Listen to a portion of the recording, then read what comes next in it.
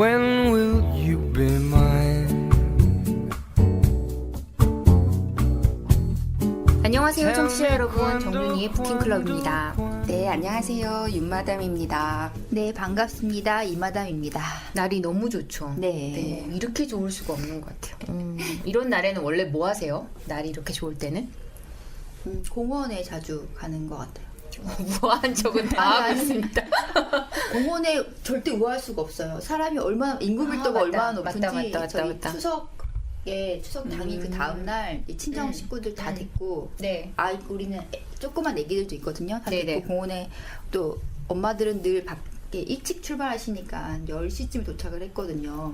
11시가 되니까, 이 대한민국 인구 밀도가 이렇게 높구나를.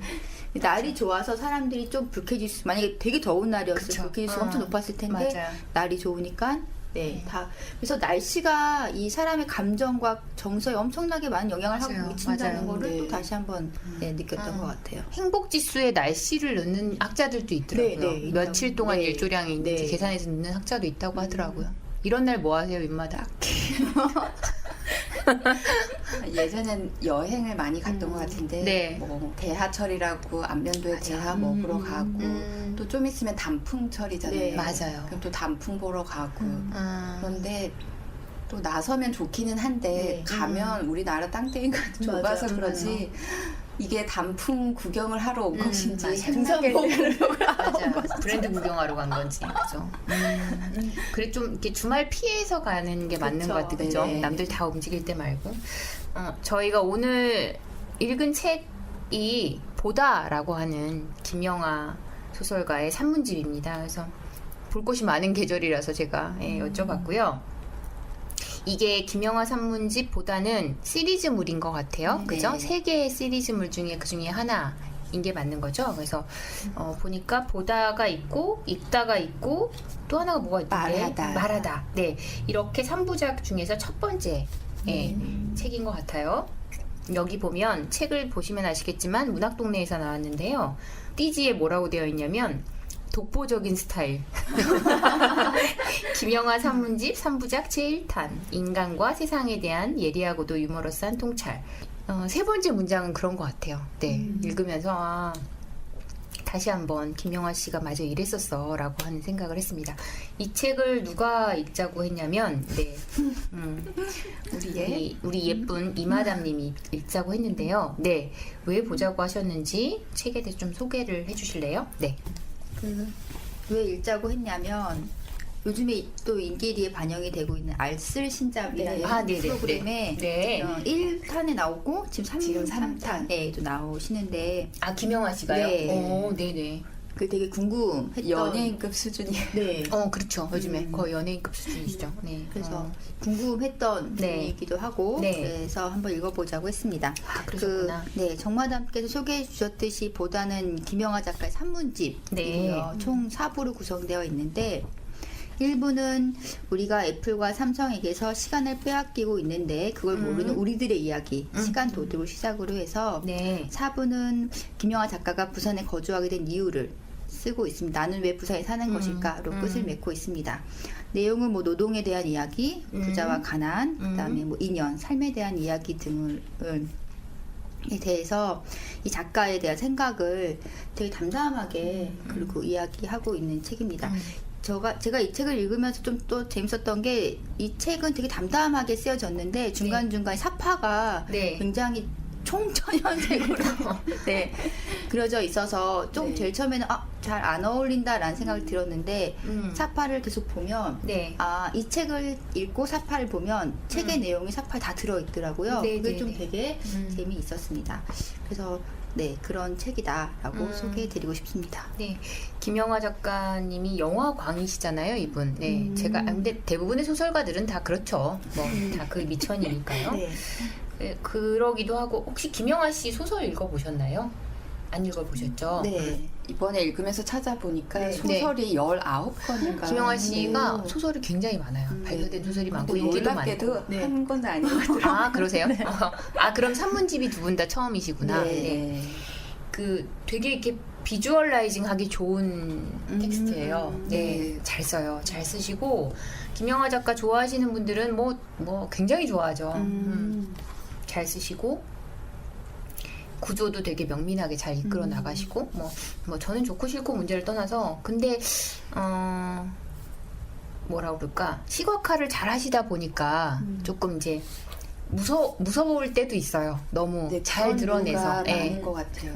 잘 드러내셔서 그래서 잠깐 동안은 안 읽었었는데 산문집으로 다시 만나게 됐죠. 이마담이 잘 설명해 주셨는데 혹시 덧붙이실 얘기 있을까요, 이마담님? 저는 편하고 쉽게 읽기는 했는데 네. 제목에서 끌리는 게 많았거든요. 제목에서? 뭐 시간 도둑, 그 네네. 소제목, 자유 아닌 네네. 자유, 진짜 네. 부자는 소유하지 않는다. 여행을 싫어한다고 말할 용기. 접니다. 단언컨대 접니다. 네. 특히 어차피 죽을 인생을 최선을 다해 살아가는 이유. 요즘 제가 좀 무기력하고 살기 귀찮아요. 그랬는지 이런 질문들이 우리가 우리 자신에게도 가끔 던지는 질문들이라서 네. 김영하 작가는 어떻게 썼을까 궁금하긴 했는데 네. 약간 읽고 나서 실망스러웠다고 그래요? 해야 될까? 어떤 점이요? 굉장히 더 깊이 있는 사색을 요구했던 것 같은데 그래? 그냥 그랬던 것 같아요. 김영하 작가는 아마도 그거는 네 몫이다라고 너무 날로 드시려고 한다 뭐 그런 이러지 것으로. 않았을까라는 생각도 들고요. 저도 이제 차례를 보면서 사실 제일 제가 그 눈이 갔던 차례는 108쪽 진심은 진심으로 전달되지 않는다였었어요. 네. 네. 요즘 제 상황이 이렇다 보니까 정말 진심은 진심으로 네. 전달되지 않는 근데 이거를 포착해냈단 말이지 김영하 작가의 삶의 궤적과 내 궤적이 비슷한 부분도 있구나 그럼 뭐 대부분의 인간 삶이 그렇겠구나라는 생각이 들었습니다. 네. 자, 이제 그러면 1부, 2부, 3부, 4부 이렇게 나뉘어져 있는데 이 얘기를 다 할 수는 없고요. 네. 각자 그 4개의 섹션마다 좀 좋았던 에피소드들 이런 걸 얘기하면서 이야기 좀 풀어볼까 합니다. 네. 첫 번째 섹션은 정말 삶과 일에 대한 이야기들이 주를 이루었던 것 같아요. 여기서 어떤 내용이 좀 좋으셨는지. 네. 저는 이 자유 아닌 자유 섹션에서 보면 네네. 그 영어회화 테이프를 파는 아르바이트를 하잖아요. 네네. 그거 산 사람이 저거든요. 죄송해요. 너무 크게 웃었네요.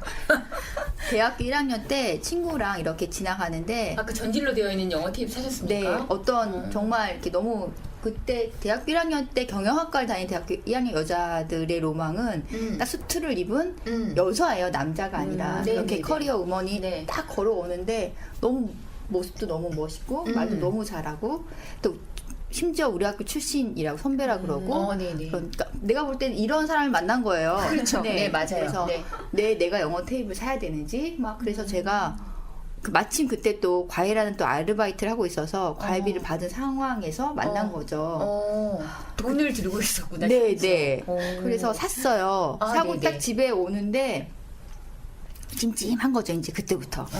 하고 집에 딱 들어왔더니 저희 작은 아빠가 사고 계셔서 같이 살았는데 네네. 작은 아빠가 저보다 15살 정도 많거든요. 네네. 그 작은 아빠 말 본인 중학교 때 듣던 테이프라며. 네. 그래서 어린 마음이 엄청 좀 상처 네, 입으셨겠다. 그럼요. 그래서 혹시 당시 금액은 생각나나요? 제가 기억에 한 10만 원 정도 냈던 것 같아요. 그랬을 것 같아요. 그쵸. 그 정도 20년 됐을 것 전에. 같아요. 네, 꽤 큰 네, 금액이죠. 10만 원이 되게 큰 금액. 저는 저는 대학생한테 꽤 큰 네. 금액이죠. 나름 막 머리를 굴린 거죠. 이걸 내가 잘 공부를 하면 굳이 학원도 안 가도 되고 막 이런 생각. 아니 그분이 그렇게 얘기를 했으니까 당연히. 그리고 영어도 너무 잘하시는 거예요. 그분이 네. 내가 이걸 읽는 순간 내가 김영하 작가를 그때 만난 거구나. 차라리 김영하라도 만날 그러니까요. 걸. 네.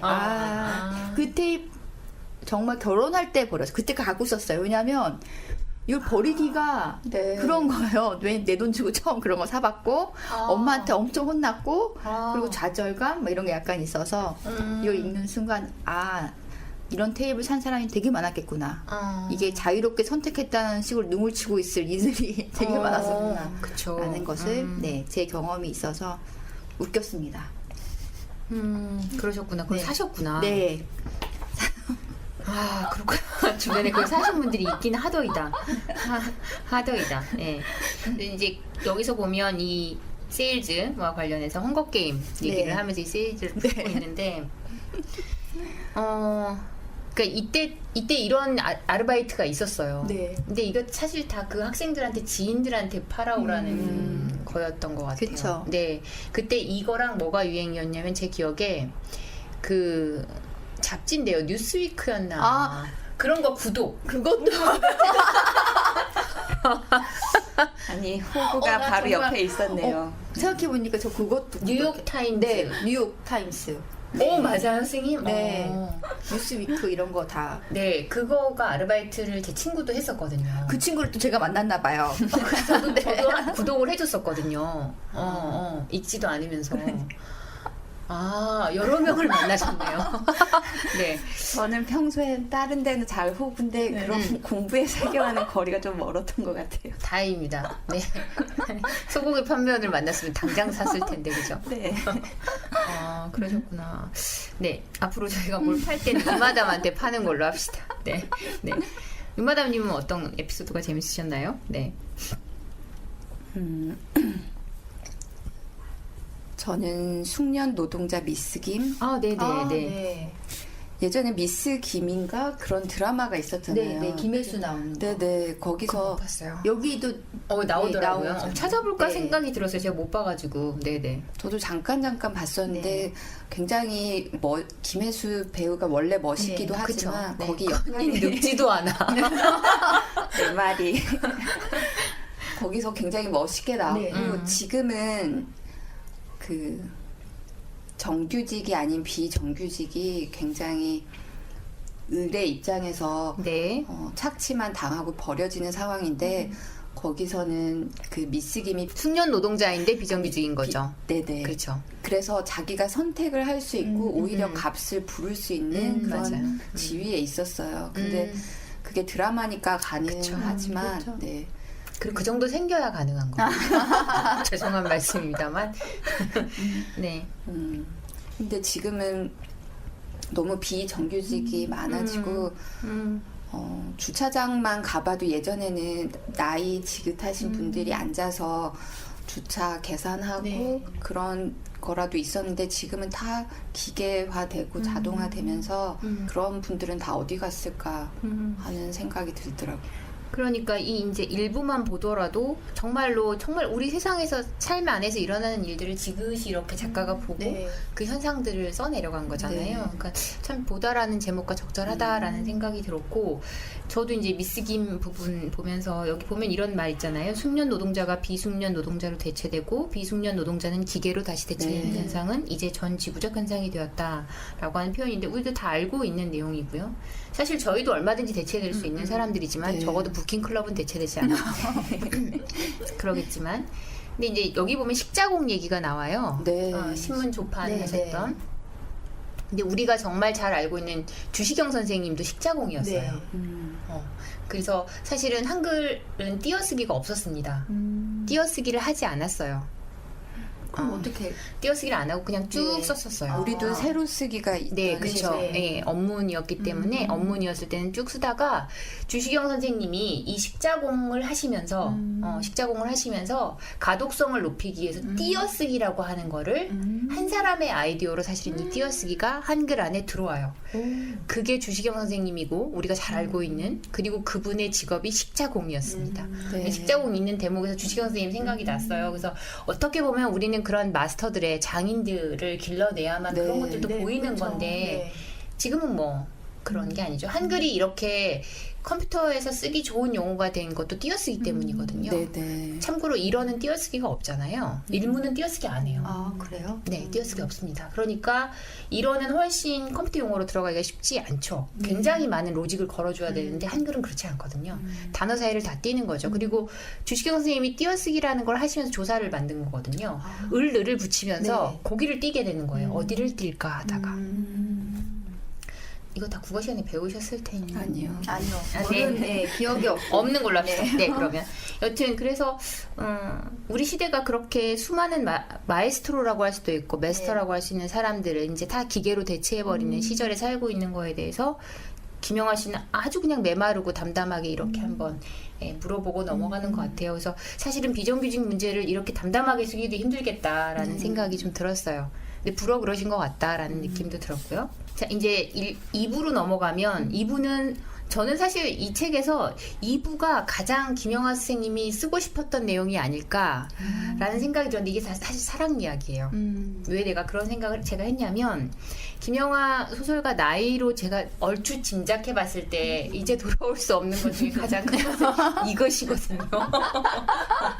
이것이니 다른 것들은 사회현상도 그렇고 다른 것들은 대부분 계속 일어나는 일들을 보면서 그렇죠. 쓸 수 있잖아요. 네. 성찰하면서. 근데 이거는 이제 뭐 성찰이고 나발이고의 문제를 떠나버린 그러니까 옛 것을 다시 불러와서 곱씹어야 하는 그런 내용이라서 정말 애틋하게 쓰지 않았을까. 하지만 이분도 가정이 있는 분이라 뭐 너무 애틋하게 쓸 수 없었겠구나. 작가는 혼자 살아야 되나? 뭐 이런 생각을 하면서 읽었던 부분입니다. 근데 어떤 부분이 재밌으셨나요? 이 중에서는 에피토 선생님은? 네. 저는 부다페스트 연인이 재밌었는데 그러셨구나.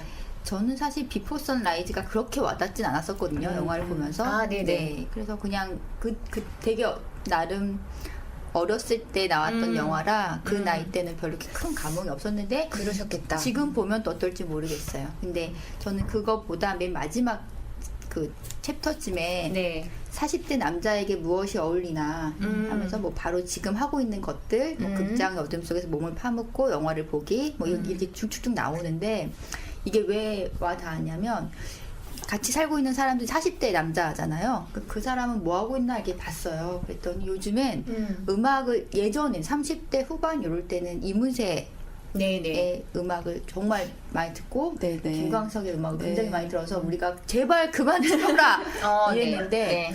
어느 날 같이 회식을 하다가 네. 노래방에서 젊은 애가 네. 아이유 노래를 부른 거예요. 반편지를. 네. 그거를 반편지. 처음 들은 거죠. 아, 그런 거 듣는 네. 사람이 없으니까 네. 너무 놀랐다는 거예요. 나는 그냥 어린 여자 가수라고 생각만 했는데 우리 남편은 제가 저렇게 감수성이 좀 있고 그러네. 요즘에 그거를 너무 주구장 참도 듣는. 아, 반편지를. 네. 그래서 지금 40대 남자들이 뭘 하고 있나? 그거 반편지를 듣고 있습니다. 아, 네. 반편지를 듣는 걸까요? 그 아련한 감정을 듣는 걸까요? 네, 뭐, 알고 싶지 않습니다. 네. 알고 싶을 때는 흥신소를 이용하는 걸로. 네. 그래서 네. 그러니까 이 남자뿐만 아니라 우리 40대 여자는 지금 뭘 하고 있나? 이런 생각도 들더라고요. 지금 우리가 하고 있는 건 뭐지? 20대 그런 감정은 또 아닐 거 아니에요? 분명히 다르죠. 네. 분명히 이제 다르죠. 사랑보다는 우정이 중요한 시기라고 생각합니다. 네, 저런 말은 한 번도 사랑을 해보지 않은 사람에게서 절로 나오는 말입니다. 네. 그것이 얼마나 단지 알면 저럴 수가 없죠. 네. 부다페스트의 여인은 저도 재밌게 잘 읽었어요. 그리고 이게 굉장히 이게 뭐라 그럴까 담백하게 썼는데 느껴져요. 이 청춘의 설레임도 그렇죠. 느껴지고 네. 여행지를 바꿔가면서 한 여인과 이렇게 그 삶에서 그런 우연이 별로 없잖아요. 네. 그리고 비포 선라이즈가 저 대학 때 한참 유행했던 영화였던 것 같아요. 이 마담은 하래도 못해요. 무서워서. 그쵸. 맞아요. 무서워서 처음 만난 남자랑 이렇게 여행도 여행 못 가고. 예. 그리고 아버지가 누구십니까? 뭐 이런 거 하죠.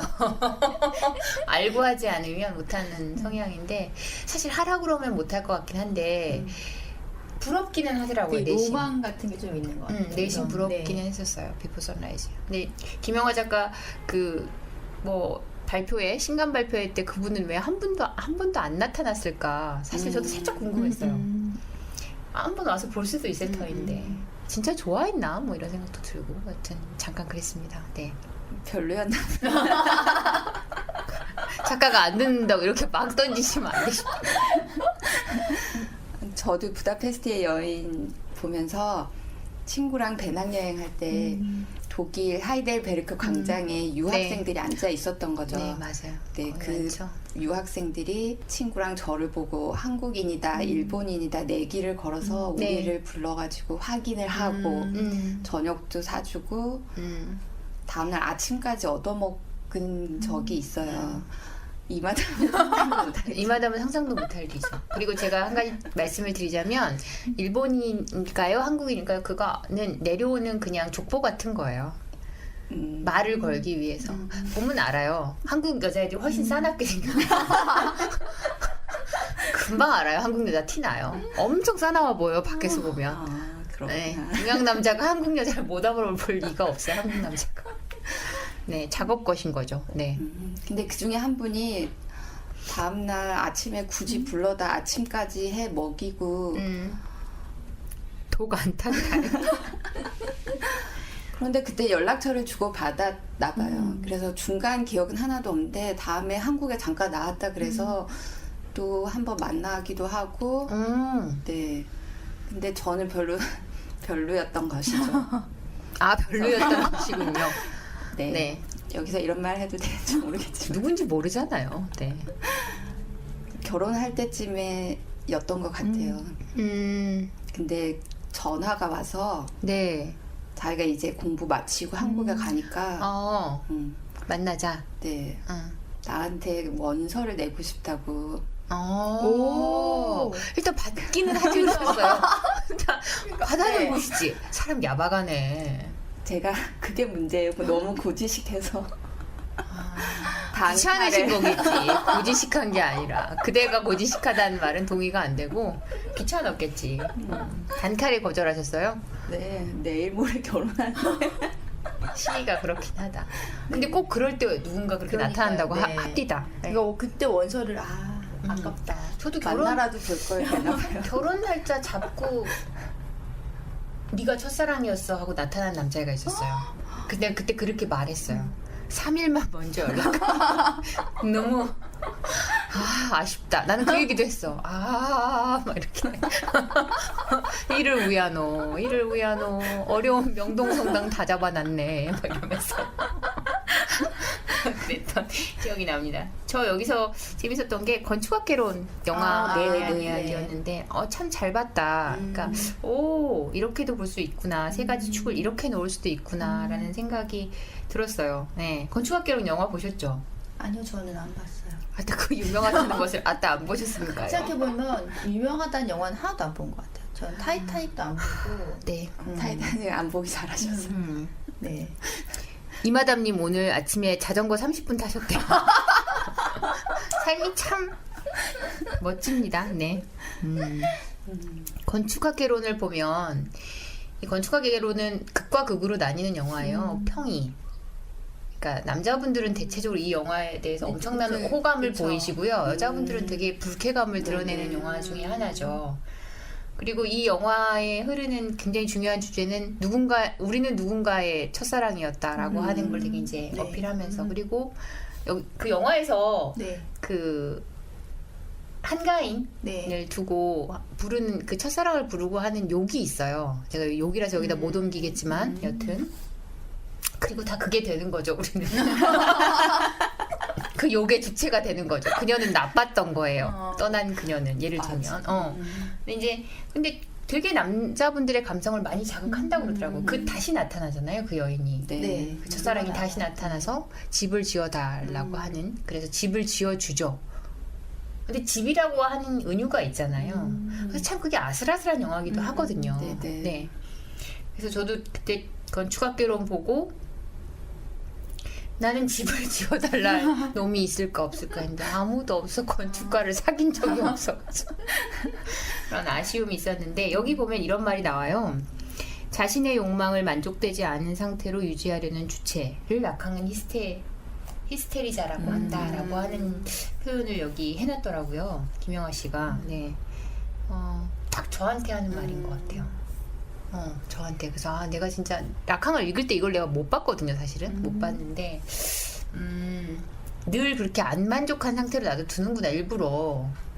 히스테릭하구나 라는 생각도 들더라고요. 네. 하여튼 건축학개론 한번 봐보세요. 그러면 모든 첫사랑을 부르는 용어가 있어요. 네. 두 글자로 된 욕입니다. 여자한테 하는. 네. 우리 마담들도 누군가의 첫사랑이었겠죠. 많은 사람의 첫사랑이었을걸요. 많은 사람이 첫사랑이었을 테고 많은 사람한테 비슷한 욕을 얻어먹었을 거라는 생각이 듭니다. 네. 이 건축학개론 이건 여담으로 재밌었던 게 수지와 한가인이 닮지 않았는데 어린 시절과 나이 든 시절을 각각 연기했잖아요. 네네. 그래서 남자들의 뭐 누가 더 예쁘냐라는 논쟁이 한참 붙기도 했었다는 그걸로 구세대냐 젊은 신세대냐를 나누기도 했다고 맞아요. 하더라고요. 네. 그 단언컨대 저랑 사는 남자는 한가인이 예쁘다에 한 표를 던지더라고요. 네. 그래서 또 제가 물어봤죠. 내가 예쁠까요? 한가인이 예쁠까요? 그런 의미 없는. 그런 아니 의미가 없는 게 그런 모렴치한 말을 내가 물어본 거지 진짜. 후한 무치한 짓을 했죠. 근데 같이 사는 사람이 그때 알았어요. 저를 사랑하지 않는다는 거를. 네가 이쁘다 그러더라고요. 그때 알았어요. 나를 사랑하지 않는구나. 나에 대해서 어떤 진실도 말하지 않는구나. 우리는 회동할 수 없는 사이구나를 알았어요. 한가인이다 그러면 나를 사랑한다라고 제가 생각했을 텐데 그래서 네, 한번 해보십시오. 질문 집에 가서. 생전 그런 질문은 안 해봐서. 단언컨대 그대가 더 예쁘다고 할 것이오. 네, 그런 걸 테스트해보는 걸로 한번 한가인을 빌려오는 걸로. 네. 그 옛날에 버스커였나요? 여수밤바다. 네. 그 뮤직비디오에 한가인이 나와요. 네네. 이 건축학개론하고 약간 연동되는 그런 뮤직비디오였었어요. 근데 거기 보면 한가인이 월이라고 하는 소주를 마셔요. 월, 달 월자가 쓰여진 소주를. 네. 제가 여수 가서 그 술 찾느라고 진짜 엄마 무지하게 고생했는데 여수 사람 아무도 안 먹더라고요. 아 있기는 있고요. 네, 그 사왔어요 서울에. 그래서 여러 사람과 개처럼 마셨습니다. 월 하면서. 네, 그 생각도 나더군요. 네. 3부로 넘어가 볼까요? 네. 3부에서는 앞에서도 말씀을 드렸지만 네. 진심은 진심으로 전달되지 않는다. 저는 그 꼭지랑 앞에서 날아오는 돌이라고 하는 네. 꼭지가 참 마음에 들었어요. 선생님들은 어떠셨어요? 저도 그게 마음에 들었고 또 저는 연기하기 가장 어려운 것도 마음에 들었어요. 맞아요. 네. 일상에서는 누구도 컷이라고 말해주지 않잖아요. 맞아요. 다시 이런 거 안 하고. 맞아. 그래서 그래서 또 인생인가 싶기도 하고 그래서 안타까움도 좀 있는 것 같고. 그 117페이지에 보면 지금 말씀하신 연기하기 네, 가장 네. 어려운 것에 보면 김영하 씨가 지인의 와이프한테 이렇게 물어봤다고 하잖아요. 다른 사람인 척 해본 적 있어요? 네. 라고. 근데 단언컨대 아니라 라고 얘기를 했다고 그 부인은. 네.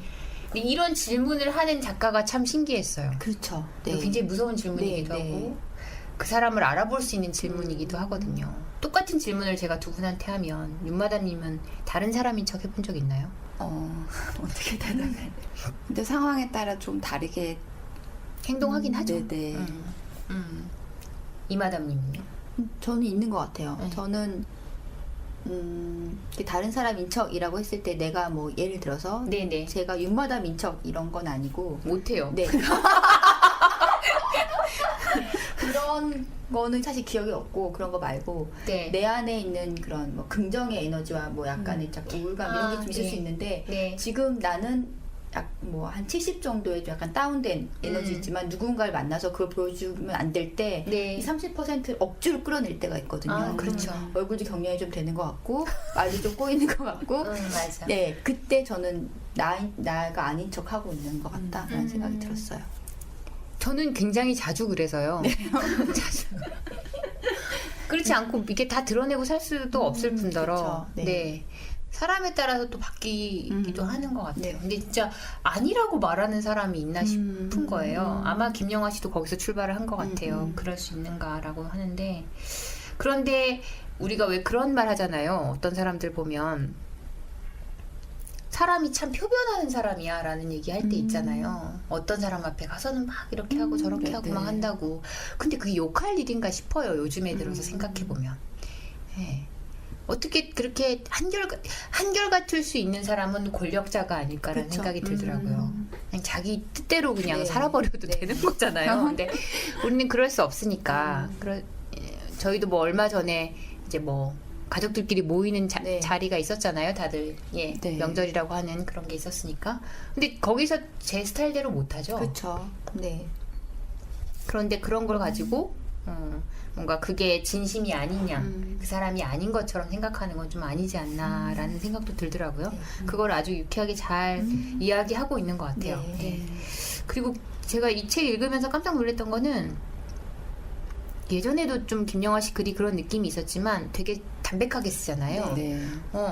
근데 그게 사실 굉장한 내공이거든요. 그러면서 전달할 건 다 전달하니까요. 그래서 맞아. 참 글 멋지다라고 하고 또 이렇게 앞에 가서 사진을 한번 보고 이러면서 또 한번 보고 이랬습니다. 네, 또 윤마담님은 어떤 에피소드가 재밌으셨어요? 거기서? 네. 3부는 그 진심은 진심으로 전달되지 네. 않는 부분 네. 정말 그런 때가 많은 것 같아요. 진심은 통하리라 생각했는데 그게 말에 진심을 담아서 했음에도 불구하고 네. 말로 모든 걸 전달할 수 없어서 오해가 생기기도 하고 그런 경우가 있어서 좀 안타까웠던 기억이 났었어요. 네.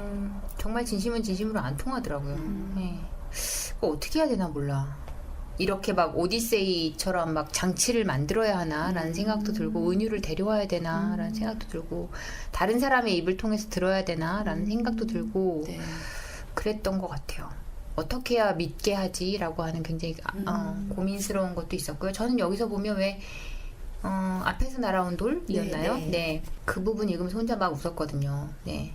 저는 모든 돌이 다 뒤에서 날아오는 것은 아닌가. 피할 길이 없구나라는 생각이 들면서. 그런데 이제 이게 점장이를 만난 이야기잖아요. 네. 김영하 씨가 자기가 이제 대학교 4학년 때 점장이를 만나서 내 인생이 어떻게 되겠느냐라고 물어보니 뭐 너는 이제 글을 쓰면서 네, 네. 뭔가 말로 글로 살 사람이다라고 해서 그 길을 걸어온 것 같다라고 하는데 그거를 여기서는 그 점장의 용함으로 얘기하는 게 아니라 우리에게 자기 실현적 암시가 꼭 필요한 인생의 순간들이 있다라고 얘기하고 네, 네, 있어서 네. 참 좋았어요. 네. 네. 믿고 싶은 바를 그냥 믿으면 되는 거잖아요. 그쵸. 네. 어떤 게 요즘에 가장 믿고 싶으신가요, 두 분은? 저는 우리가 건물주가 되는. 네, 저는 뭐 정마담이 남산만큼 뭐가 있다는 걸까? 네. 윤마담이 뭐 널린 게 그거라는 거. 아, 네, 그걸 아. 저는 정말 많이 믿고 싶습니다. 저는 제 사주에 그게 없습니다. 뭐가 있으신가요? 저는 이마담님은? 선생님 없는 게 없잖아요. 저는 이러고 굴곡 없이 쭉 이러고 산다고 합니다. 아, 그래요? 네. 굴곡 없이 잘 사는군요. 저 집에는 없는 게 없습니다, 참고로. 네. 가전제품부터 굴곡이 없다는 게 운동기기. 대단한데요. 대단한 거죠. 예전에 태어났으면 왕후의 상인 같습니다. 굴곡 없이 그냥. 네. 왕후가 굴곡이 왜 없어요? 드라마만 봐도 왕후처럼 드라마에 나오는 왕후는 기구한 왕후들만 나와서 그런 것이고 대체적으로 아무 일 없이 똑같이 살다 가지요. 네, 그렇구나. 저는 정말 요즘에 저한테 그래서 그 암시를 합니다. 네. 실현적 암시를 해요. 그리고 저한테 숱하게 사람들이 말했거든요. 남산만한 돈을 쌓아놓고 남들과 함께 즐겁게 살 것이다 라고 하는 게 이제는 거의 종교 수준이 됐어요. 예전에는 뭐 그러든가 말든가 뭐 이랬거든요. 근데 그 말은 꼭 실현되어야 하는 말이 된 거예요, 저한테. 네네. 저한테 되어야 하는 그럼요. 꼭 실현이 돼야 되고 안 그러면 정말 네 그분들을 제가 모두 다 찾아낼 예정이에요. 네, 다시 너에게 묻노니 언제 그 산이 쌓이느뇨 이럴 판이고 그래서 나도 이제 진짜 믿어야겠다. 믿어야 이루어지겠다라는 생각이 들어서 그걸 꼭 믿고 싶고 그렇습니다. 강남 대로로 이사 갔다는 도령님을 한번 만나. 윤마담은 저렇게 나올 줄 알았어요. 내가 분명 말했잖아. 우리에게는 실현적 암시가 꼭 필요한 인생의 순간이 있다고. 그러니까 뭔가 믿으라고. 그대 안에 어떤 것들을 도령을 찾아갈 생각을 하지 말고. 바보야. 윤마담은 뭐가 제일 요즘에 갈급하십니까? 로또에 당첨이 되는 거죠. 로또에 당첨이 되는 거. 돈이 많이 생기면 뭘 하고 싶으세요? 로또 따위가 그렇게 많이 생기지도 않읍니다. 알고 보니. 네. 벗어나고 싶은 거죠. 가족 관계에서. 가족 관계에서. 슬프긴 하지만 요즘 시대의 자유라는 거에 돈으로 살 수 있다는 생각이 들어서 그쵸. 시간도 살 수 네. 있죠. 엄격하게 네. 말하면. 그쵸? 큰 돈 있으셔야겠어요. 정말 큰 돈 있으셔야겠는데요. 네. 큰일 났네. 어떡하지? 그 남산이 꼭 이루어져야겠네요. 네, 무조건 이루어지는 걸로 합시다. 네. 4부로 넘어가 볼까요? 4부에서 제일 재밌었던 건 부산 이야기였던 것 같아요. 개인적으로 저는. 저도요. 그러세요? 저는 홈쇼핑과 택배 명절 추석 아침 때 어떤 내용이었죠? 스님 제가 잠깐 생각이 안 이게 나네요. 뭐 명절의 부작용들을 성토하는 목소리 높다. 하면서 맞아. 그 이제 얘기였네요. 그런 것도 다 부질없는 소리가 아닌가 생각까지 든다. 하지만 여전히 중요한 이슈인 것 같고 이게 변치 않는 것이 하나 있다면 모든 것은 변한다는 것이다. 추석이라고 예외는 아닐 것이다. 라고 하는데 네. 그 변화에 내가 우리가 네. 하고 싶은 말은 네. 그 변화하는 과정에 있다가 죽을 것 같은 생각이 드는 거죠. 그렇죠. 저도 강하게 그런 느낌이 옵니다. 그래서 언제 누가 변해야 되겠는가, 내가 변해야 되나. 오늘도 오면서 인터넷 기사들을 막 봤을 때 추석 관련된 얘기가 굉장히 많아요. 네네. 40대 주부가 이번 추석부터 안 가기로 결심. 그러니까 그 전부터 막 이렇게 자기 목소리를 내던 사람이 아닌데 어느 날 나는 더 이상 가고 싶지 않다. 그래서 자식이랑 남편만 보내고 자기는 이렇게 뭐 서울의 한 곳을 빌려다가 자기를 위해 밥을 해 먹고 막 이랬다는 내용이 나와서, 사실 저는 기사를 믿진 않거든요, 요즘에는요. 네. 이게 진짜 그랬을까? 라는 생각이 드는 거죠. 네. 진짜 그랬다면 이 사람은 앞으로 자기가 어떤 걸 어려움이 닥칠 게 있잖아요. 그런 걸 어떻게 생각하고 이런 결단을 냈을까? 나는 할 수 있을까? 이런 생각이 굉장히 많이 들었어요. 근데 이 작가가 뭐 다 변한다. 근데 아까도 말씀드렸지만 그 변화의 끝을 보고 싶은 거죠, 나는. 그렇죠. 빨리 됐어요. 네, 빨리 변해서 내가. 맞아요. 근데 정말 변화의 지금 초반에 와 있는 건 아닌가. 그러니까 저도 사실 그 변화의 결과물에 얹히고 싶은 네, 건데 네, 그쵸. 저희는 그 변화를 이끌어내는 동력으로만 네, 소진될 네. 가능성이 높죠. 그 대신 그 이마담님의 사랑스러운 아가가 네, 네. 그 변화된 세상에서 살겠죠. 저희의 희생으로. 그럴까요? 네. 제가 큰 그래서- 소리를 외쳤는데 메이드 인 코리아는 안 된다. 그렇게 되면 메이드 인 코리아도 상관없는데 여튼 그래서 분명히 그런 건 있는 것 같아요. 변화의 수혜 그렇게 보면 네. 예, 징검다리가 되는 것이 그렇게 억울하지는 않지만 그렇죠. 이런 많은 노력들이 있어서 또 변화하는 거니까요. 사실 저희가 이렇게 밖에 나와서 일하는 거를 30년 전에 생각 못했을 거예요. 네. 그때는 아무리 많이 배워도 제가 아는 바에 의하면 대부분 가사에 그렇죠. 집중했어야 됐고 네. 그렇다 보면 근데 그 어머니들이 그 우리의 언니들이 해냈던 어떤 것들이 있고 노력했던 그쵸. 것들이 네. 있으니까 또 저희가 이 정도라도 하는 거라면 저희도 몇십 년 그렇게 뭔가 입을 보태고 그쵸. 행동으로 네. 옮기고 하다 보면 또 다른 형태의 그런 관계들이 형성이 되겠죠. 수혜자가 저희 조카들일 수도 있고 선생님들의 네. 자녀일 수도 있고 예 그러니까 근데 이제 욕심이죠. 저도 그쵸. 수혜자이고 네. 싶은 거죠. 맞아요. 저도 그런 마음이 간절하긴 하지만 어쩌겠습니까. 역사라는 게 늘 시간이라는 게 그렇게 빨리빨리 뭔가 변하지는 않죠. 근데 변하는 건 맞는 것 같아요.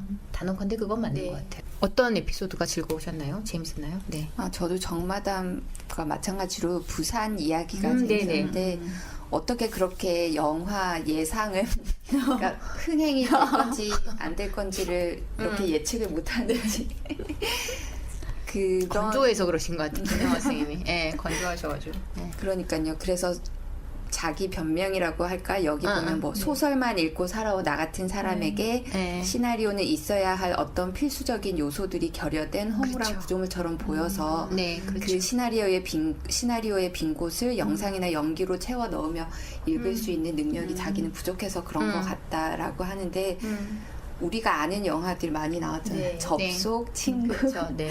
그리고 재밌었던 게 접속은 몰라봤을 수도 있을 것 같아요. 시나리오만 보면. 그렇죠. 네. 네네. 접속은 그 당시에 네. 흔하지 않은 소재. 네. 게다가 그 여주인공 직업이 텔레마케터인가 그랬던 네, 네, 기억이 네. 나요. 그래서 뭐 고객님 뭘 주문하시겠습니까? 막 이런 말 있고 하니까 네. 이게 뭐야? 막 이러지 않았을까? 네. 그 접속을 전도연 씨 나오잖아요. 네네, 전도연 한정수 씨가 저 고등학교 때 친한 친구 언니였어요. 아, 네. 네. 고3 때 과외 아니 야자 이렇게 하면은 네네. 그 학부모님들이 와서 이렇게 감독하는데 전도연 씨가 왔었거든요. 근데 그때는 안 유명했던. 네. 근데 거의 이게 처음 영화 주연이었을 거예요. 그래서 이 친구가 자기 언니 나오니까 보러 가자고 해서 우르르 가서 봤던 네, 기억이 있어서 되게 전 엄청 재밌게 봤었거든요. 네, 그때 네, 네. 막 약간 네. 설레도 좀 있었고. 네, 최근에 재개봉은 아니고 이렇게 TV에서 해줬어요. 아, 그래요? 네. 근데 여전히 그 두 배우가 되게 특이한 게 원래는 옛날 영화 보면 좀 유치하고 그들이 네, 연기하는 맞아요. 게 좀 어색하고 네. 이러는데 네. 한석규라는 배우랑 전도연이라는 네. 배우가 네. 이 사람이 정말 난 사람들이구나라는 거를 다시 보면서 느꼈어요. 어색하지 않고 네 그렇더라고요. 제가 전도연 씨를 처음 실물로 본 게 네. 1997년이고요. 제가 정확하게 기억해요. 97년이고 대치동이었어요. 네. 대치동이었는데 어떤 그 카페 같은 바였거든요. 거기서 이제 저 아는 사람이랑 있고 이렇게 누가 이렇게 걸어 들어오는데요. 네. 정말로 그때 전도연 씨를 모를 때예요. 그쵸, 제가 그게 크게 유명하진 않았어요. 원래 연예인에 관심도 없고요. 근데 체구가 그렇게 크지 않은 여자분이 네. 이렇게 들어오는데 정말 후광이 화장도 안 했고요. 뭐 그게 아니에요. 그 에너지가 굉장히 예뻤었어요. 그래서 이렇게 걸어 들어오시는데 원피스 하얀색이었나 뭐 그런 거 여름 무렵이었거든요. 내가 그 선배한테 남자분하고 있었거든요. 네. 그래서 야, 저 여자분 진짜 예쁘다 느낌이. 네. 그랬더니 그 선배가 하는 말이 배우야. 배우야 이렇게 그랬던 기억이 나요. 그때 알아봤죠. 그게 되겠구나. 그 에너지가 예뻤어요. 당차고 아주 뭐라 그럴까 조각까지 빼어난 그쵸, 아름다움. 이쁘지. 왜냐하면 뭐 네. 이제 화장도 안 하고 그냥 그쵸. 머리 묶고 이렇게 들어오는 상황이어서 그건 아니었지만 참 예뻐 보이더라고요. 근데 이제 영화에 네. 나오더라고요. 네. 네. 나이 들수록 멋있는 것 같아요. 손 안 대서 너무 감사해요. 전도연 씨 보면. 그러니까 여성이 자연스럽게 아름답게 늙어가는 게 뭔지 보여주는 네. 것 같아서 감사해요. 손을 좀 안 대시는 것 같아서 멋진 것 같아요. 늙지도 않는 것 같은데. 잘 안 늙읍디다 그 언니들은. 뭘 그러게요. 잡수시는지. 안 그러게 말이에요. 늙더라고요. 안 늙어요. 샘트도 안 늙었어요. 그렇게. 이제부터가 문제인 거죠. 이제부터가. 네. 그래서 부산 이야기 나오는 네. 대목 재밌었고 여기서 이제 김영하 씨가 뭐라고 얘기하냐면 부산 사투리로만 가능한 로맨스라는 것이 있다 이런 표현이 나와요. 혼자 얼마나 웃었는지 몰라요. 그래서 왜 그런 서울 오빠들이 옛날에 네. 뭐 얘기하면 그 오빠야 그 소리. 네. 그래서 전라도 애한테도 해보라고. 제 기억에 했던 기억이 나요. 근데 그게 전라도에서 뭐라 그래요? 오빠야 안 그러고? 전라도에서 뭐라고 하지? 오빠를 부를 때 어떻게 하죠? 저희 엄마는 악을 쓰기 때문에 저희 친오라버니를 부를 때 악을 써서 알 길이 없고 잠깐만 불러본 적이 없네요. 그 말로는 제가 불러본 적이 없는 것 같고요. 그러네. 뭐 생각이 안 나네. 뭐라고 그 경북에서는 뭐라고 하나요? 억양이. 대부분은 오빠야 언니야 그러죠. 네. 근데 부산하고 다르죠 좀. 어딘가 다르더라고 이게. 재밌는 게 대구 사람이랑 네. 부산 사람이랑 서로 네가 더 거칠다고 사투리가. 전북 사람이랑 전남 사람이랑 서로 그래요. 아 그래요? 서울에 많이 오래 살았던 저는 모든 사투리는 똑같은 거예요. 근데 또 그렇다고. 그 구별을 전혀 못해요. 이게 전라도 사투리인지 이게 뭐 부산 사투리인지 다 사투리인 거죠. 그냥 사투리? 네, 사투리. 서울 말과 사투리? 네, 이렇게만. 제가 아는 부산 출신의 분은 자기 완전히 서울 사람인 줄 안 되는 거예요. 그러면서 요만 붙이면 자기 서울 사람 된 줄 알아요. 밥 먹었나요? 막 이런 거죠. 거의 그 수준인데 그래서 누가 그런 말을 하던가 했더니 부산 사람이 그랬다. 너 서울 사람 다 됐다! 딱 이랬대요. 얼마나 웃었는지 몰라. 그러니까 저희 두 제부가 둘 다 부산 사람이거든요. 네네네. 배틀을 해요. 자기가 서울 어이가 없는 어이가 거죠. 없죠. 그죠? 어이가 없죠. 저희 남편은 서울에서만 네. 자랐으니까요. 그렇게 그 경상도 말이 하고 싶어서 연습을 언제 하는데요? 그건 또 못 들어주겠더라고요. 그렇죠. 그러지 말자고요. 밥은 먹었나? 막 이런 식으로 하더라고요. 깜짝 놀랐어요. 근데 여튼 그런 에피소드가 여기 재밌게 잘 나와 네, 있습니다. 네. 사실 이 책은 다르게 본다는 게 뭔지를 얘기하고 그쵸. 있는 책이에요. 네. 김영하 작가가 계속해서 우리가 늘상 반복되는 일상들, 당연시 여겨지는 것들을 조금 다르게 보죠. 근데 사실 그 조금 다르게 보는 게 얼마나 힘든 훈련인지 잘 알잖아요. 네, 대부분 네. 우리도 관습에 익어가지고 네. 또 남들이 하는 방식으로 타인의 욕망을 그냥 내 욕망인 걸로 알고 사는데 그때 김영하 작가는 이 띠지에 의하면 독보적인 스타일로 내가 본 것에 대해서 얘기하죠. 그리고 뒤편에 보면 김영하 씨가 써놓은 문장 중에 자기가 본 것, 자기가 사유한 것을 글로 써서 네. 남들에게 알리는 작업이 얼마나 중요한 것인가. 네. 그래야만 정리가 되고 네. 자기 것이 된다라고 하는 표현이 있어요. 그래서 네. 이 사람이 산문을 이렇게 써내려간 이유가 있구나라는 생각이 들었습니다. 그래서 읽기 좋은 책인 것 같아요. 네. 그런 맥락에서 보면 책에 대해서 조금 더 얘기해 주실 거 있을까요? 저희가 그러니까 지금 정보랑 영상이 정말 넘쳐나는 시대에 살고 있는데 작가가 얘기하는 것처럼 우리가 본다고 믿지만 봤다고 믿는 여기 표현에 따르면 네. 그 무언가는 홍수에 떠내려오는 장롱 문짝처럼 빠르게 흘러가 네, 버리고 그렇죠. 네. 우리 정신에 아무 흔적도 남기지 않는 경우가 많다고. 맞아요. 네. 그래서 요즘은 이걸 어디서 봤나 그쵸. 그런 것도 헷갈리고 내 사유가 정리가 되지 않으니까 그렇죠. 네, 정말 흔적도 없이 사라지는 경우가 많은 것 같은데 작가가 얘기하고 있듯이 생각의 가장 훌륭한 도구는 그 생각을 적는 것이라고. 아, 메모를 해야 되는데 귀찮아서. 근데 정말 메모는 네. 저도 가끔 하는데요. 메모는 좀 할 필요가 있겠다는 네. 생각이 들더라고요. 늘상 우리가 진짜 뭔가를 보죠. 네. 그러니까 물리적으로도 보고요. 그죠? 눈이라는 걸 가지고 있으니까 시각이라는 장치를 통해서 물리적으로도 보고 어떤 것들을 사유하기도 하는데 그러면 우리는 왜 그때그때 제대로 현상들을 파악하거나 내 것으로 소화하지 못하나라고 하는 의문도 들었어요. 물론 김영하 씨는 이게 직업이니까 훨씬 더 그거를 들여다볼 시간들이 있겠지라고 그냥 이렇게 치부할 수도 있지만 근데 우리가 어떤 지점에서 사유라는 걸 하게 되는 과정들을 보면 그 상황이 낯설어야 되는 것 같아요. 낯선 거죠. 예를 들면 저희가 명절이라고 하는 상황이 1년에 몇 번은 있지만 네. 매번 낯설잖아요. 그쵸. 그 상황 안에 놓이면 무엇을 생각하게 되냐면 관계에 대해서 생각하게 되고 굉장히 사유가 깊어져요. 그쵸. 전 붙이는 동안에 굉장히 깊어지고 노동이라는 거에 대해 생각이 들고 네. 뭐 이런 것들 그 다음에 부모와 자식이라고 하는 영원한 숙제에 네. 대해서도 사유하게 되잖아요. 그러니까 그렇게 낯선 상황에 들어가면 사유하게 되는 건 맞아요. 그런데 일상이라는 게 사실 그렇게 낯설지 않잖아요. 네. 그러다 보니까 진짜 장롱 문짝 홍수에 떠내려가듯이 그렇게 지나쳐 버리는데 그러면 불어 어떤 상황을 우리가 낯설게 봐야 하는 상황이 생기는 거죠. 김영하 씨처럼. 네. 그 어떤 상황들이 있을 때 어떤 네. 이슈가 있고 내 안에서 있던 아니면 밖에서 있던 그러니까 그런 시간을 우리가 다 확보하지 않으면 그냥 그렇게 흘러가 버릴 네. 것 같아요. 본다라고 말하지만 물리적으로는 보고 있지만 전혀 보지 못하는 거죠. 네. 그래서 그거를 좀 연습하게 해라, 보라고 이 작가는 얘기하는 것 같아요. 그리고 여기서도 보면 에피소드의 하나가 왜 진심은 진심으로 전달되지 않는다고 네. 했듯이 우리가 어떤 것들이 시각적으로 그렇게 눈에 들어온다 해서 그게 다 읽히지 절대 않거든요. 네. 예, 그래서 그걸 잠깐 붙들어야 하는 시간들이 필요한 거죠. 그 얘기를 아주 잘 하고 있는 것 같습니다. 네. 조금 더 책에 대해서 설명해 주실 게 있을까요, 이만함님? 네.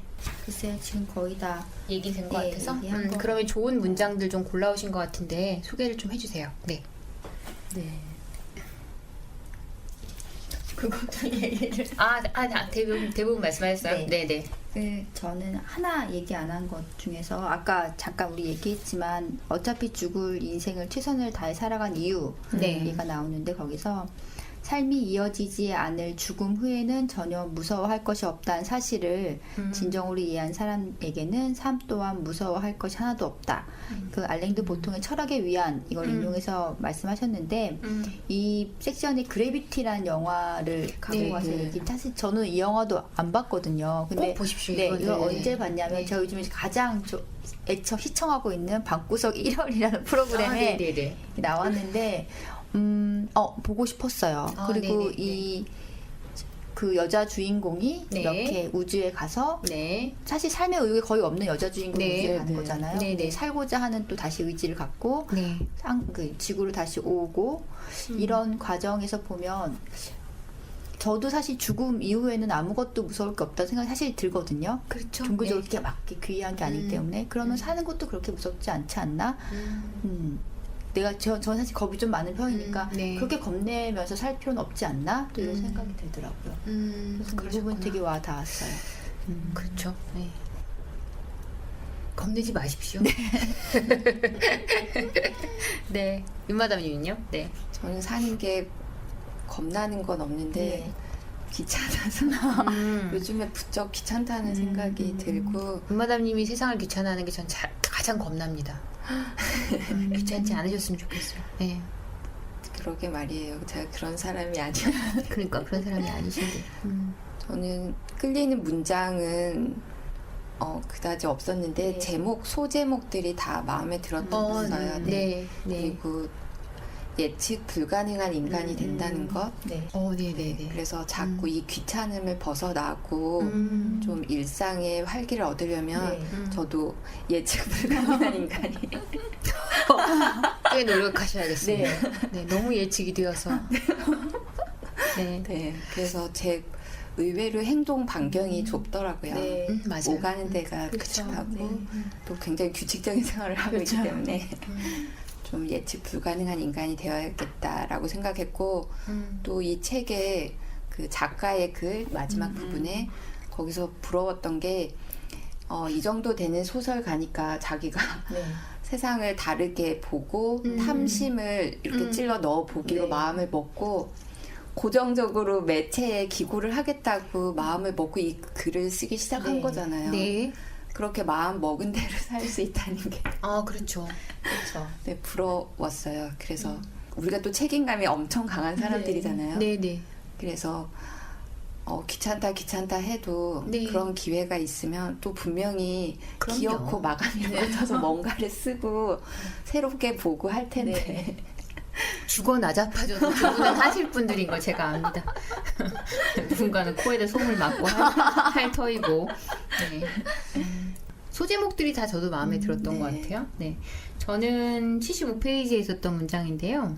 자신이 뭘 욕망하는지를 모르면서 오직 타인을 통해 그것을 알아내고자 하는 서영 같은 여자 참 피곤하다. 네. 나한테 욕을 해라. 이 문장을 읽으면서 그런데 남자들은 늘 그런 여자들에게 매력을 느낀다. 남자 역시 여자의 욕망을 통해 자신의 욕망을 발견하기를 원하기 때문일 터. 이렇게 나와 있어요. 제가 올해 남은 게 한 4개월 남았나요? 올해? 그쵸. 4개월 정도 남은 것 같은데 내가 정말 뭘 원하는지 곰곰이 한번 생각해 봐야겠다는 생각이 들었어요. 잘 모르는 것 같아요. 지금은. 네. 저도. 예전에는 알았던 것 같은데 오히려 모르는 것 같아요. 진짜 다른 사람들의 욕망에 휩쓸려서 그것이 내 것이냐. 예를 들면 갑자기 어느 날 갑자기 아파트를 샀으면 좋겠다 이런 생각이 들지를 않나. 그 제 욕망 아니거든요. 네. 아닌데 왜 내가 그러지? 부쩍 요즘에 왜 부쩍 바지가 안 맞는다고 화를 내지? 그래서 나의 욕망이 진짜 무엇인지 한번 알아보는 시간을 가져야겠다는 생각을 이 책을 딱 덮으면서 했어요.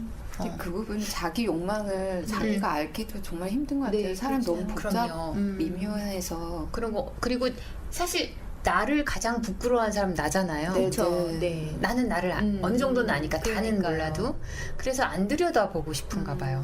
그게 끔찍할까 봐. 부끄러울까 봐. 그런데 일단 한번 보기는 해야 될 것 같아요. 봐야 뭔가를 바꾸던 아니면 뭘 어떻게 해보든 할 텐데 늘 그러니까 예를 들면 그 건축학개론에서 한가인처럼 내가 너를 왜 보러 왔겠어? 집 지어달라고 왔지 라고 하는 말도 안 되는 말을 저도 하고 살 수도 있거든요. 누군가한테. 네. 집 지어달라고 왔겠습니까? 아니잖아요. 아닌데도 그렇게 퍼져있지 그런 것처럼. 근데 자꾸 그렇게 말하다 보면 그렇게 되거든요. 네. 제가 저기 성공회 대학교를 이정구 총장이 만들어 가셨어요. 그건 아니거든요. 아, 네인가요? 그런 것처럼 좀 들여다봐야겠다라는 생각이 들어요. 그래야지 엇나가지 않겠다라는 생각이 들었습니다. 재밌는 책이었어요. 네, 총평을 좀 해주시고요. 추천사를 좀 남겨주실래요? 그리고 정리해보죠. 네. 저는 소설가로 유명한 김영하 씨의 첫 책을 소설이 아닌 산문지를 선택한 약간 아이러니가 있고 어쨌든 그래도 이 책은 첫 장에 소개된 것 같이 김영하 씨의 인사이트, 아웃사이트를 보여준 책인 것 같습니다. 네. 저는 세상 살아가면서 봐왔던 것들을 되게 제일 잔잔하게 그리고 통찰력 있게 정말로 표지 나왔던 것처럼 이야기하고 있다고 생각이 들고요. 지루하지 않게 썼다고 느꼈던 부분 중에 하나는 네. 그냥 자기에게 쑥 쓰는 것보다 자기가 봤던 영화, 책 이런 거를 갖고 와서 사람들에게 더 많은 이해를 주지 않았나라는 생각이 듭니다. 이게 시리즈물이어서 이제 저희가 보다를 받고 읽다 말하다 있다고 하는데 기회가 되면 이것도 한번 읽어보고 싶어요. 아, 네, 같이 그래서, 읽어요. 네. 저는 평점 4점. 네. 훌륭합니다. 네. 그러니까 진심이 진심으로 잘 전달되지 않으니까 그런 장치들을 쓰신 것 같아요. 말 그대로. 네, 그래서 네. 오히려 더 잘 네. 전달하는 것 같아서 참 명민한 소설가구나라는 생각이 들었습니다. 네, 윤마담님은요? 네. 요즘 알쓸 신잡에서 네. 한창 주가를 올리고 있는데 그래요? 네. 봐야겠네요, 저도. 거기서도 역할이 박학다식하고 네, 그쵸. 유머도 있고 그런 김영하 작가의 매력을 이 책에서도 느낄 수 있었던 것 같고 저도 보다 읽다 말하다 시리즈 중에 말하다에 관심 말하다에? 제가 좀 말을 네, 잘했으면 하는 마음이 욕망이 있어요. 잘하세요. 느려서 그렇지. 그런데 주변에 많이 권하지는 못하겠어요. 그냥 좋은 책이라고 소개는 해주고 싶은데 네네네. 강권은 못하겠지만 네. 3.5점? 1.5점? 네. 김영하 작가가 여러 가지 사건들, 상황들 뭐 이런 걸 가지고 기억들을 가지고 삶에 대해서 통찰을 하는 책이죠. 네. 그렇지만 김영하 작가가 궁극적으로 보고 싶은 건 인간인 것 같아요. 자기 자신일 수도 있고요. 인간만큼 다이나믹한 게 없잖아요. 네. 생각하기 참 좋은 시절이죠. 날씨도 좋고 그래서 한번 자신에 대해서 자신이 어떤 사람인지 내 내밀한 욕망들이 무엇인지 책을 보시면서 한번 체크해 보시는 건 어떨까 싶어요. 그러면 조금 그렇다고 해서 돈이 막 벌리는 것도 아니고 인기가 막 늘어나는 건 아니겠지만 그래 좀 편안해지지 않을까. 어떤 부분에서는 네, 잘 보는 게 무엇인지 그리고 본 것을 현실에서 어떻게 풀어낼 수 있는 것인지를 한번 생각해-보는 그런 시간이 되면 좋겠다라는 의미에서 시간이 좀 나시는 분들은 읽어보시면 좋을 것 같아요. 네. 이렇게 유명한 베스트셀러 작가에게 제가 감히 어떻게 평점을 주겠습니까? 많은 돈을 참 많이 버셨겠다라는 그러니까요. 네. 그러게 한번 읽어보셔도 좋을 것 같아요. 네. 이 정도만 가지고도 충분히 자기를 사유할 수 있거든요. 네. 그래서 도움이 되지 않을까라는 생각이 들어서 저도 평점은 4점을 줍니다. 네. 여튼 참 재밌게 읽은 책이에요. 네. 그러면 다음에 한번 그 연결되는 시리즈는 한번 볼까요? 네. 네. 그러도록 하죠. 네. 자, 끝인사. 네. 남겨주시면서 방송 마무리할까 합니다. 네. 일교차가 심한데 이 일교차를 마음껏 즐기셨으면 좋겠습니다. 네. 날씨가 좋아요. 날이 너무 좋죠. 네. 명절의 끝자락이어서 그런지 집에 명절 음식들이 너무 많거든요. 네, 하루 한 끼 정도는 그것과 굉장히 먼 음식을 우리 나를 위해서, 우리 가족을 위해서 만들어 먹는 건 어떨까 싶습니다. 주말에 한번 해보시면 어떨까 싶어요. 네, 좋네요. 네. 저는 뭐 남은 음식들 있잖아요. 네. 하루 날 잡아서 아는 사람 모두 불러서 털어 먹일 예정입니다. 더는 내 몸에 들여놓지 않겠다라는 강한 의지를 가지고. 좋아요. 날이 너무 좋아서 네, 좀 많이 걸으시고 좋은 사람들 만나서 좀 수다도 떨으시고 그리고 진짜로 자기 자신의 욕망을 좀 들여다보는 그런 한 주가 되셨으면 좋겠습니다. 더 건강한 모습은 못 보시겠지만